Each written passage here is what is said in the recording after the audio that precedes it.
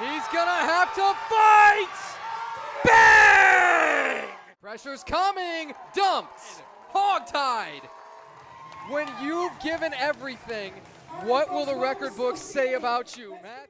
All right, welcome back for Season 2, Episode 25 of White Noise Sports with Tanner White. Last week, we kicked off with a gloat session over my fantasy football lineups.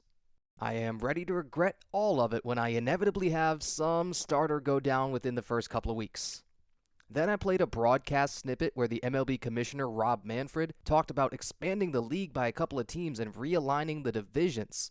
And yes, Travis Kelce and Taylor Swift announced their engagement on Instagram, as if you haven't already heard. And this week, I want to catch up on a few historic baseball performances from the last couple of weeks in terms of single game and season accomplishments and some career stuff that we'll get into, then make predictions for the NFL season opener between the Eagles and Cowboys. Hallelujah. First up to get their flowers in the MLB, Kyle Schwarber and his 4-home run game from last Friday. These 4-home run games are so awesome, and still, in 180-ish years of professional baseball, no one has ever managed to hit 5. I heard Schwarber went down to the batting cage between innings before his fifth at-bat, and he asked, hey, has anybody ever done that? The strangest part about this is, it remains one of the rarest feats throughout the league. In descending order of likelihood of some of these other baseball feats, 480 times a player's hit 3 home runs in a game, done by 336 different players. 350 times a player has hit for the cycle with a single, double, triple, and a home run in the same game. MLB officially recognizes 326 no-hitters, although interestingly enough, there still hasn't been one this year. I keep waiting for that every single day. 199 times a pitcher has struck out at least 15 batters in a game. An immaculate inning, being 9 pitches all for strikes and 3 strikeouts. I will say I just saw Mason Miller did this with the Padres, so I think the number is now 115 times that's been done. 24 perfect games have been thrown, and rarer than any of these is a 4-home run game. So why have we seen 3 of them in 2025? First of all, 2 of this year's are not surprising at all. We just watched Schwarber win the swing-off in the All-Star game by hitting bombs. The 4 that he put up last Friday put him up to 49 on the year, and by the time you're listening, how much do you want to bet he's going to go over 50? He has 334 career home runs, he's in year 11, and he has a great chance to go over 500, considering he's averaging over 45 per the last 4 years. He'd be the first guy to break into that 500 home run club since Miguel Cabrera. Eugenio Suarez also had a 4-home run game back in April while he was still with the Diamondbacks. He also went over 300 home runs for his career. He's in year 12, and for that reason, he might fall a little bit shy of 500. He had a slower start to his career, especially in Detroit, but he does have a career high of 49. The 1 4-homer game that nobody could have predicted was the Athletics phenom Nick Kurtz back in July. I told you 2 weeks ago that he is on one of the all-time rookie heaters, and he's going to be the unanimous AL Rookie of the Year. Still, it's shocking to me how many of the best hitters that ever lived never did this. Not in the steroid era, not against less specialized pitching, not against less velocity, not with crazy dead ball era ballparks that could have lent themselves to funny stuff, inside the park home runs and that kind of thing. I don't think we have tons of great explanations for why there are 3 4-home run games this year. If I had to single out a reason, I would say that hitters are continuing to chase launch angle velocity, trying to pull the ball more in the air, that kind of stuff. Pulled fly balls are more relatively valuable than ever before, that's for sure. Still, I'm quite open to explanation from somebody else with a better theory, besides just these guys all rake, they're really, really good power hitters. Next accomplishment is tied to longevity. I always like that. Hall of Fame voters usually like that. And Justin Verlander is still going at it. He's still going out there every 5th day and getting 0 run support with the Giants, but he just had one fantastic old guy start last Sunday. It was so vintage in some ways, but also it showed how he's had to evolve his game to even kind of hang around the league at 42 years old. JV struck out 10 in only 5 innings, becoming the oldest guy to strike out 10 or more since Randy Johnson. I went on YouTube to watch a compilation for all 10 of the strikeouts. It was art. Only 2 strikeouts with a fastball, 1 above the zone at 94, 1 bottom rail painted at 93. This guy used to throw 100 to those exact same locations, but he just doesn't have a compelling reason to do that anymore. Then he had some of the best feel for his slider and his curveball that we've seen since, probably his last Cy Young in 2022. Those combined for 8 strikeouts, 6 of them swinging. If I couldn't see the gray in his beard, I might have thought this was film from when he was 32 years old. What I'd really like to highlight just as much as all those strikeouts is the fact he threw 121 pitches. Most in the majors this year by anybody, an incredible throwback performance. Yes, he managed to throw that many in 5 innings. That's not so hot. But he did not give up a run. Plus, when you get 5 innings, you get a chance for the win. He now has 265 wins to his name. Is 300 in reach? Still no. But he is putting up a couple more coats of polish on one of the greatest careers a pitcher's ever had. It is impossible to not like him. And even beyond that, to admire him for still taking that ball every single 5th day. You just have to put some additional respect on his name for all of these moments with JV and what he's meant to baseball. Finally, I have to highlight Cal Raleigh at least one more time this year, America's favorite catcher. It still looks like he's going to finish second to Aaron Judge for the AL MVP, but I am officially crowning his year as the best offensive season ever by a catcher. He set the catcher home run record. He's now up to 51, leading the majors. He could really put this record out of reach. Now, the next record he'll have a chance to set is the record for most home runs by a switch hitter in a season. Mickey Mantle is the last name to pass on that list. 54 is the number to beat. The Mariners have 21 games left to do it by the time you're listening, with only 3 off days. I just don't see how Cal Raleigh doesn't manage to do this. And of course, he's not super fast. He hasn't been quite as good of a defender as last year when he won a Platinum Glove, but the only metric that he really ranks low in is blocks above average per his Baseball Savant page. There's no good argument that he is not a top 5 baseball player right now. This might be the best chance a catcher has of winning MVP for many years to come because of our obsession with the offensive stats that just go on the back of your baseball card.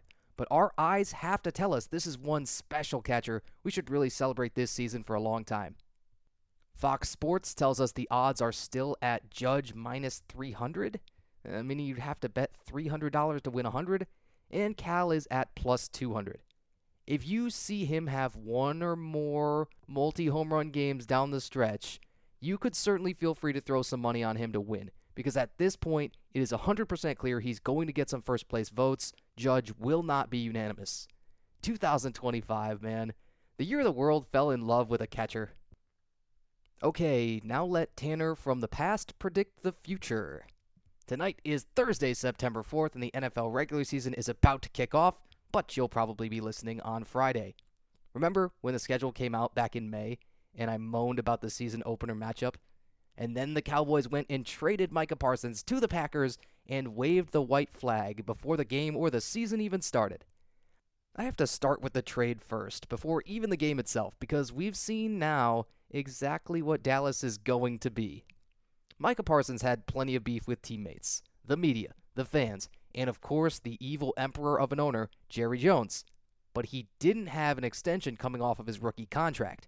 He had plenty of leverage, as he had one of the best 4-year starts to a career, roughly, of any edge rusher ever. You're talking rookie year, first team All-Pro, unanimous defensive rookie of the year.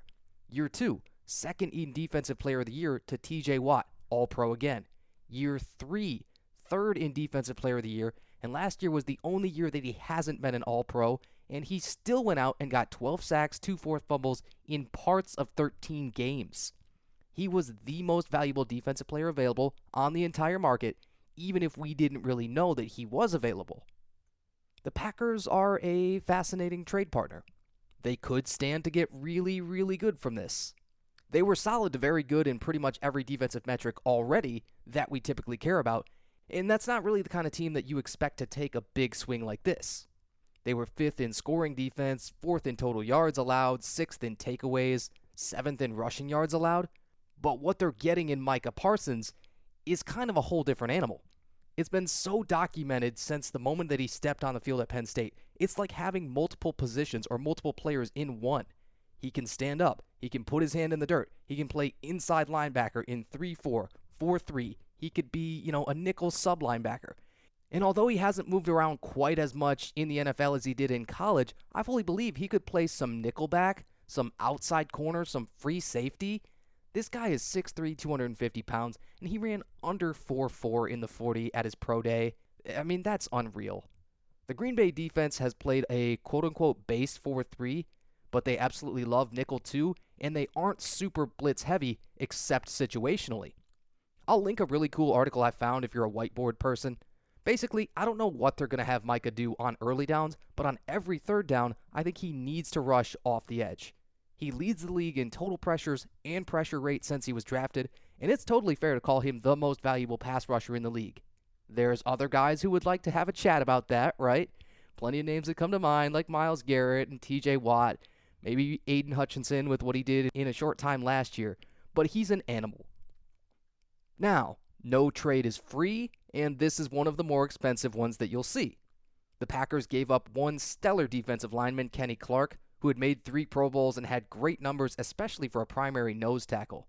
35 sacks, 51 tackles for loss, and although tackles aren't a great gauge for defensive linemen, he does average 46 tackles a year. That's not the most costly part, though. Wait until you hear about the extension. The torch keeps getting passed for the highest paid non-quarterback, and TJ Watt only got to enjoy it for a couple of weeks because Micah got 4 years, $188 million on his extension. That's $47 million a year for a linebacker / defensive end type and all those other positions he plays, right? But it sounds like a lot. Mind you, the salary cap this year is just over $272 million. It jumped about $23.8 million from last year. The Packers quarterback, Jordan Love, is, like most every other team, the biggest cap hit that's already on the books at about $29 million for this year. Here's the scary part. Because of how big Micah's signing bonus is, rumored to be something like $44 million, he only counts $10 mil against the cap for this year. The Packers could still spend another $15 mil this offseason and be below the cap if they wanted to. Even that is assuming that they don't make any other cuts or adjustments to their roster. Green Bay was forced to give up 2 first-round picks. This may be some of the dearest cost. One for 2026, one for 2027. This is another power scaling issue where we assign way too much value to draft picks because the Cowboys cannot be convinced that they got back enough value to justify trading a 26-year-old superstar in their prime. Of course, the jokes about Luka Doncic and the parallels there are just leaping off the page. Jerry Jones might be the first active owner to be diagnosed with CTE. And the latest wrinkle is that Micah has been working through some low back issues too.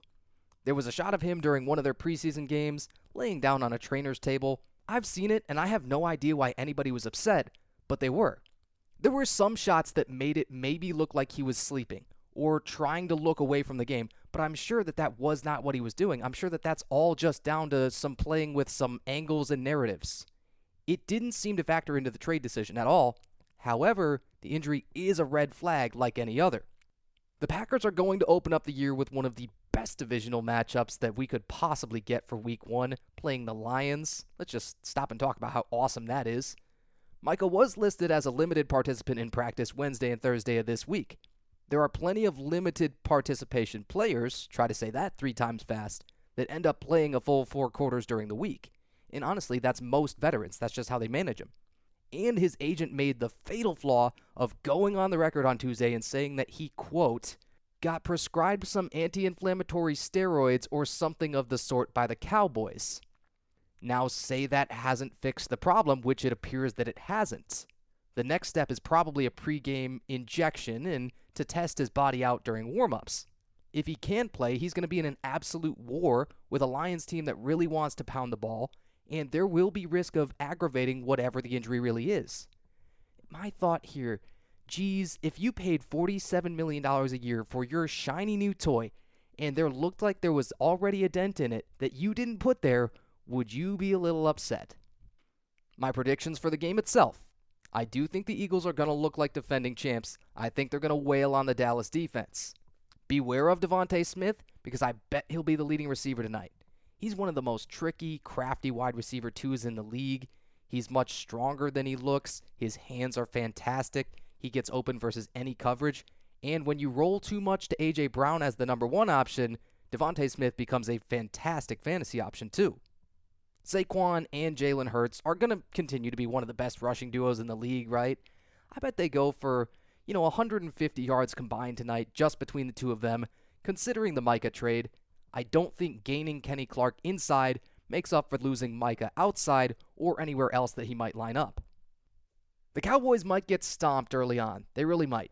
But my prediction, and we've seen a bunch of Dallas teams do this the last couple of years in blowouts, is that they'll actually put up some pretty big garbage time numbers.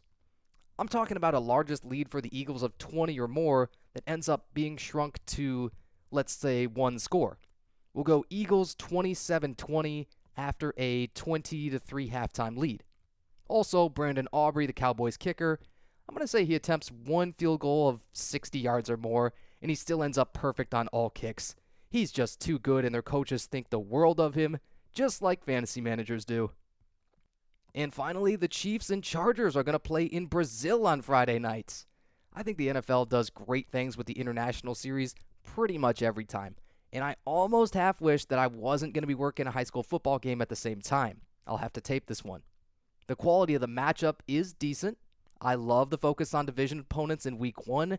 I wouldn't mind seeing a requirement of a certain number of games, maybe half or something could all be divisional games during week 1. Why not? Quick predictions for this one too. The downfall of the Chiefs dynasty. I want it so bad. But the Chargers have a chance to do the Jim Harbaugh routine pretty much every single week. Play physical, run the ball, be super disciplined, control the clock, and be conservative the great majority of the time. Then hit big plays once the defense is fully sold out on the run. They signed Najee Harris, the Steelers' RB1. It looks like he's going to compete with rookie Omarion Hampton out of North Carolina, and I'm expecting close to a 50-50 split, assuming Najee's eye injury doesn't hold him back. Folks, don't play with fireworks. We have to say this way too often of NFL players, For fantasy owners, them splitting the workload isn't a good thing, and I would shy away from playing either of them the first couple of weeks. But for winning football games, it's great. I also think Ladd McConkey is going to be the Chargers' most targeted receiver every single week, even though they brought back franchise legend Keenan Allen to take some of that load off. 6 foot, 185-pound white receivers. They're not supposed to be this good. Oh, I love Ladd McConkey. And I did draft him, full disclosure, in both fantasy leagues. People don't talk nearly enough about the fact that he ran a 4.39 40 at the Combine and was a very good punt returner at Georgia. So it's not just about targets or running great routes, it's equally about what he does after the catch. Keenan Allen is 33, Ladd is 23, and Herbert loves him to the tune of 82 catches on 112 targets in 16 games. I would bet on McConkey to be the top scoring fantasy receiver in this game too. The Chiefs are more of a question mark this year than at any other time in their dynasty run. They got embarrassed in the Super Bowl. Travis Kelce seemingly lost a couple of steps and has plenty of other things to think about besides football. Isaiah Pacheco, their top running back, broke his leg in week 2 of last year, missed 9 games.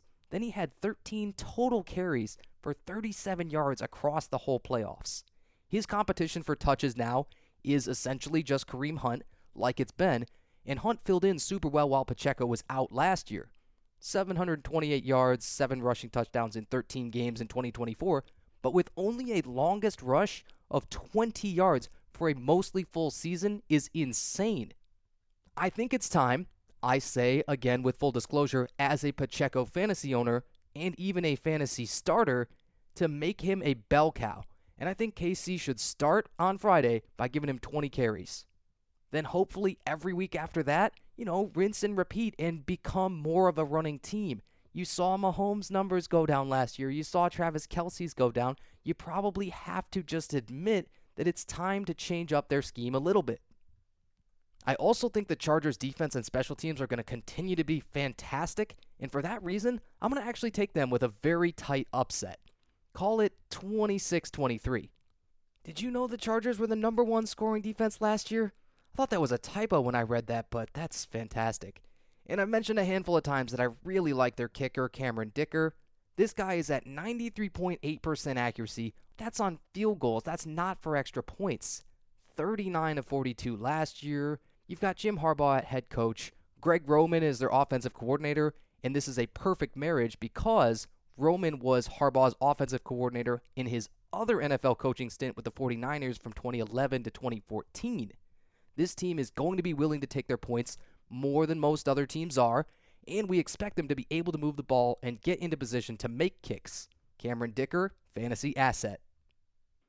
Thanks for continuing to come back week after week. All of you, you're the best. If you're relatively new here, we are still happy to have you as always. Either way, check out all my socials, Instagram, TikTok, Threads, at The Voice of Tanner, X, just Voice of Tanner, YouTube, the whole thing spelled out with spaces. Connect on LinkedIn. There's a lot of good stuff happening over there right now. Tons of content. Leave a like, comment, and share, and I'll catch you next week. This has been Season 2, Episode 25 of White Noise Sports with Tanner White. Thanks for joining me. He's gonna have to fight! Bang! Pressure's coming! Dumped! Hogtied! When you've given everything, what will the record books say about you, Matt?